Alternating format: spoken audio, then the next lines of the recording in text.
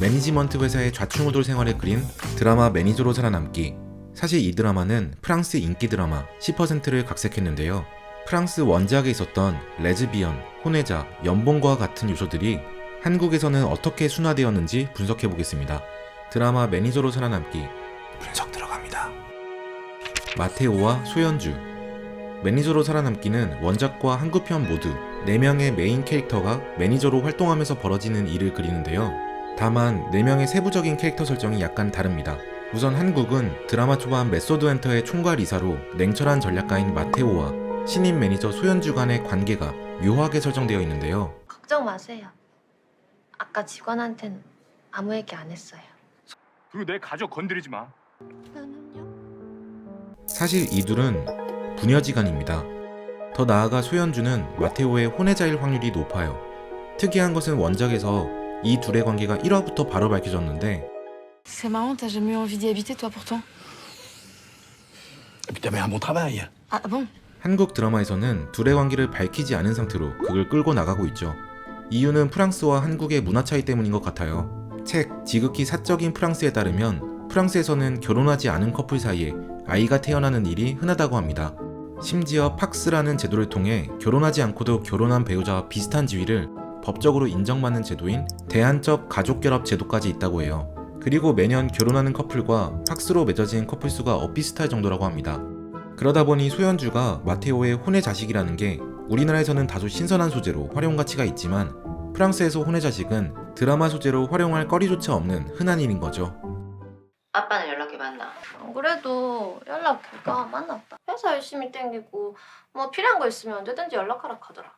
반대로 한국에서는 아직 미혼모, 미혼부가 아이를 혼자 기르는 일이 흔하지 않고 종종 이 소재가 드라마의 충격적인 전개로 활용되다 보니 연예인 매니저로 살아남기에서도 시청자의 관심을 끌 수 있도록 미스테리한 관계를 설정한 것 같습니다.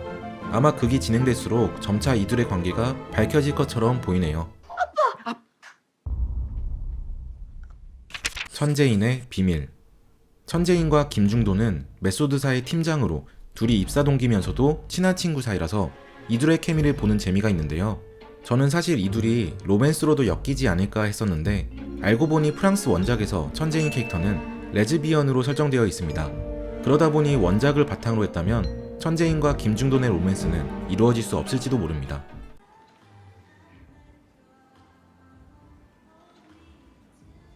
천재인 캐릭터는 원작에서도 진지한 관계를 추구하지 않고 가벼운 만남을 위해 술집에서 헌팅하거나 어플에서 상대를 찾는 것은 비슷한데요. 프랑스에서는 한국처럼 소개팅 문화가 발전하지 않았다고 해요. 20대는 마찬가지로 학창시절에 자만추로 만나겠지만 새로운 사람을 만날 기회가 적은 30대는 틴더나 아덥트 앙맥이라는 데이팅 사이트를 많이 이용한다고 합니다.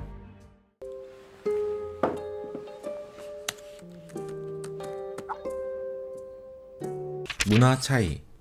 이제 똑같은 장면을 비교해보면서 프랑스와 한국 문화의 차이를 분석해보도록 할게요. 누나 피부과 바꾸셨어요? 티나? 완전 물광 뒤집어지게 나잖아. 세상에 무슨 일이야? 어머. 진작 바꿀걸. Oui, oui, ça fait des mois que j'attends ton coup de fil quand même. 방금 보신 장면은 홍보팀 최진혁이 상황을 모면하고자 조여정을 다소 오바스럽게 칭찬하면서 자리를 피하는 상황인데요. 반면 프랑스 원작에서는 칭찬인 줄도 모를 정도로 한두 마디 하는 것이 끝이죠. 원작 드라마를 보면 칭찬하려는 의도가 있는 건지 의심될 정도로 애매하게 말을 합니다. 실제로 프랑스에서는 칭찬을 할 때 과하게 표현하지 않는다고 하는데요. 나쁘지 않다고 말하면 극찬이라는 말이 있을 정도로 프랑스인들은 칭찬에 굉장히 박하다고 해요. 칭찬을 좋아하는 미국 사람들이 말을 할 때는 칭찬, 비판, 칭찬 순서로 말한다면 반대로 프랑스 사람들은 비판, 칭찬, 비판 순서로 말한다고 합니다. 그만큼 칭찬에 박하고 칭찬을 할 때에도 비판을 먼저 한다는 이야기죠. 또 프랑스에서는 칭찬을 할 때 몸매나 외모 칭찬은 잘 하지 않는다고 합니다. 외향을 칭찬할 때는 머리 스타일, 액세서리 등 보통 상대의 선택을 칭찬한다고 해요. 한국은 조여정의 피부를, 원작에서는 배우의 옷 코디를 칭찬한 점에서 차이점이 극명히 드러나죠. 또 다음 장면 한번 보실까요? 한국 공무원들은 타란티노 누군지 관심도 없어요. 촬영 허가 내주는 게 뭐 그렇게 오래 걸리는지 절차는 또 뭐가 그렇게 많아. 아. À Paris, vous êtes sûr d'obtenir toutes les autorisations? Oh, ça c'est. l'administration française. 한국에서도 공무원은 일 처리가 느리다, 쓸데없는 서류 작업이 많다 이런 식으로 인식되는데 사실 이 분야 끝판왕은 프랑스가 아닐까 싶습니다. 프랑스에서 공무원은 철저히 갑, 시민들이 을입니다. 가끔 한국에서 민원 처리하는 주민센터를 가면 내가 낸 세금이 얼만데 하면서 갑질하는 사람들을 종종 볼 수 있는데요. 꼭 만취한 사람들이 다른 곳에서는 욕먹으니 자신이 갑이라고 생각하는 주민센터에 가서 추태를 부립니다. 프랑스에서는 이런 시민들의 갑질은 상상할 수 없는데요. 오히려 반대로 공무원을 만나는 시민들이 밝은 미소를 지으며 공무원의 비위를 맞춰야 합니다.